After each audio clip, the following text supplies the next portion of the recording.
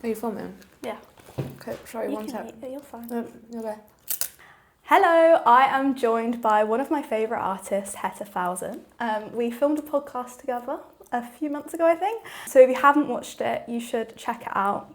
Do you want to give a quick intro to anyone who hasn't watched the podcast, who you are, and then like how your journey into music has been so far?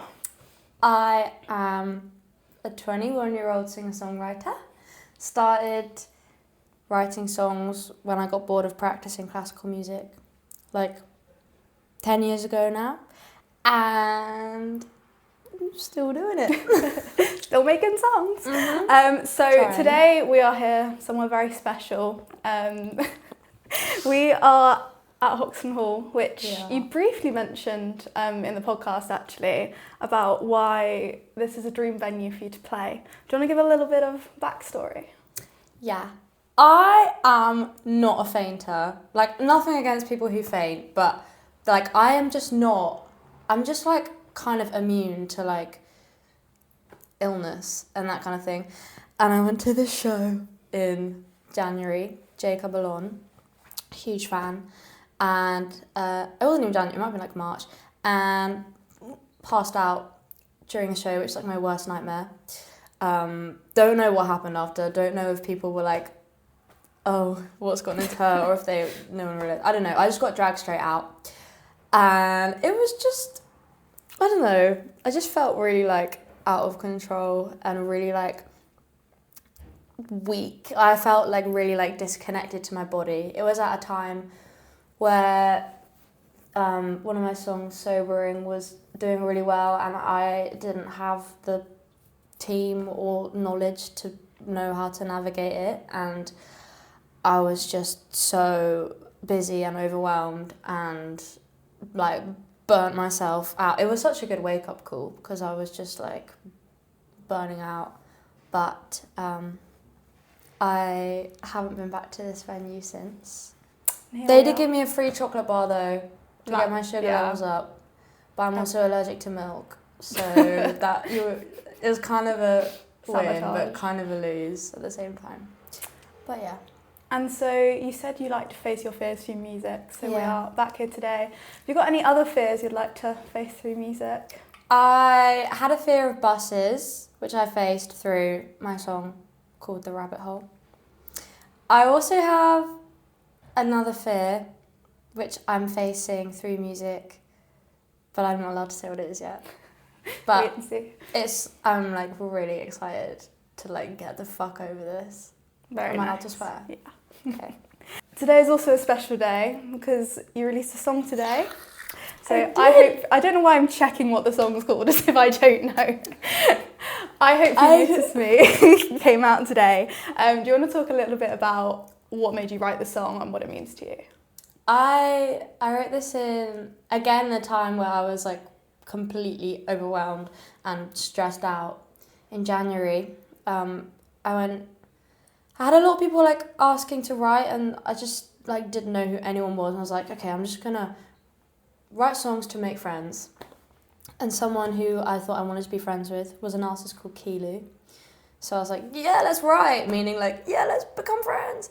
And I went to his flat, and he was the first like artist that I talked to about the situation, and I don't know, it was so nice to have that perspective.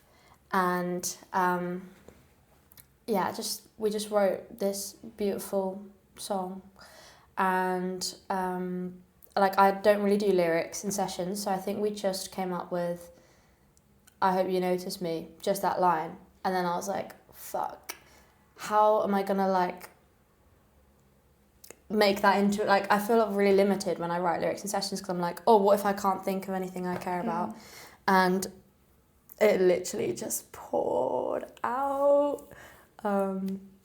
I really struggled to explain this song. I actually made a video because I never say what I actually want to say when I'm talking about it, but it's about feeling like,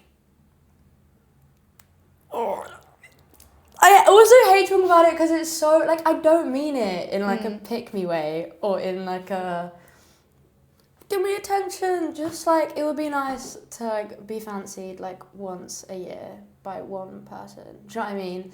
I think I watch some of my friends, literally people will fall at their feet all the time, and all my friends have met the love of their lives, and I haven't even met someone who I think could potentially be the love of my life. I haven't even met someone that I want to love. I'm like, what if I meet someone I want to love and then they don't even want to love me? But that's literally only like 5% of the song. So just watch the video, because It's a very good video. I think that was the worst I've ever explained it, for fuck's sake. And when you write a song, do you have a message that you're trying to convey? Are you like quite open to interpretation of what people listen? Like, do you consider like what the listener's interpretation of the song will be, like as you're writing, or is that something you just don't think about? I'm such a selfish songwriter. I literally don't care what other people think of it. I mean, it's amazing when people do resonate with it, but I never write something because I'm like, oh, people might fuck with this. It's like, if I fuck with this and if I back every word, that's like what brings me joy. And I'm like lucky enough to be in a position where I can just make music because it brings me joy, and I don't have to write a certain way about certain things. So I kind of want to make the most of that, because Very nice. yeah. And how would you say releasing this single has been in comparison to releasing your previous 2 singles? I was actually hoping you were going to ask this, because the other 2 singles were both not meant to come out that way. They were both rush releases because they were doing well on social media. They were both, we announced the pre-save before we'd recorded them. We didn't have artwork that we liked, so we just picked random, or like not random photos, but it wasn't very intentional, any of it. The recording was all just live solo takes, which was great, but I really didn't have the time to like figure out like sonically and visually what I wanted it to look like. I like before January, I guess, before sobering, I just had never thought about sonics and visuals. And then it was like, okay, you have a month to decide everything. And I was like, it took me like 10 years to get to a point with writing where I feel like it's really what I want it to be. So I'm definitely still getting there. But this song, it's the first one that I feel like in control of. It's the only one so far that hasn't done well, or like hasn't done numbers on social media. Which I thought would be like stressful, but honestly, I literally don't give a fuck. I'm so much prouder of this one than the others. Not that I'm not proud of the others, but this one. It feels really intentional, I think, when watching Yeah. the visualizer. Like, you can tell that there's been... It's very intentional, and it's very honest. And I think all my songs are honest, but this one is like things that I'm embarrassed to say. And just seeing people like really appreciate that honesty is really nice. Yeah. I think. That was quite a deep question. Yeah. What if I ask a deeper one? Yeah, I love deep questions. Shall we play a Hetta DMC. Falzon classic game first? Mm-hmm. Do you know what it's going to be? 3, 2, 1 game. Wavelength. No. What's my other favourite word game? It's not a word game. Oh! Gasp. What? You can Classic smile the game. biggest for the longest.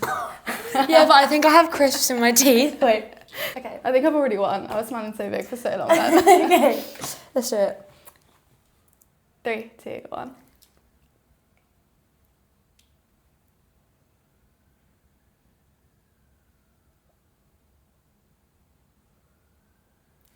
You'll always win. Station.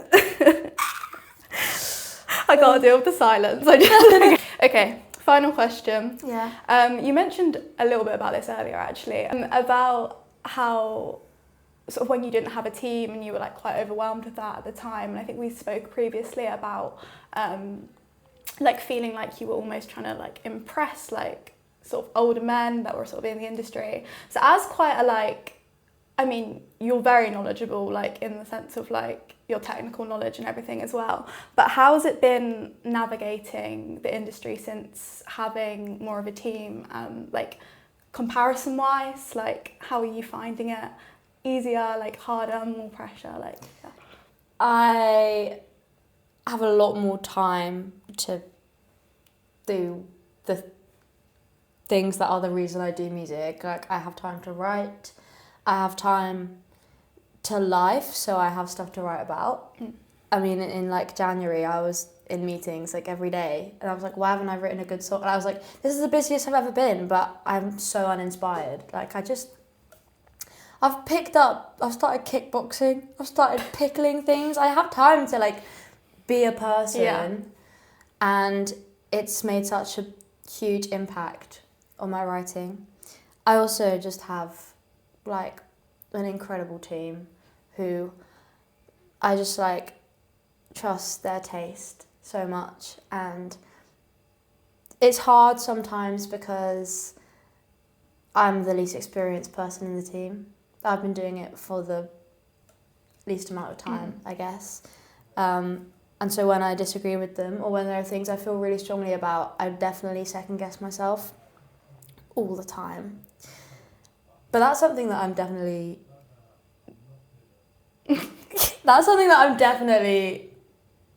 getting better at. Even the other day, there was something I like really stood my ground on, and I was like, yeah, you know what? Yeah. It's definitely pressure because people are investing money in me now, and they're investing time into me, and before it was just me investing in myself, so it's like but I'm so lucky, I'm so blessed, and I found it like really, really hard deciding, because I was like, how the fuck do I know if these guys are seeing the same thing that I'm seeing? And I just like, feel so lucky.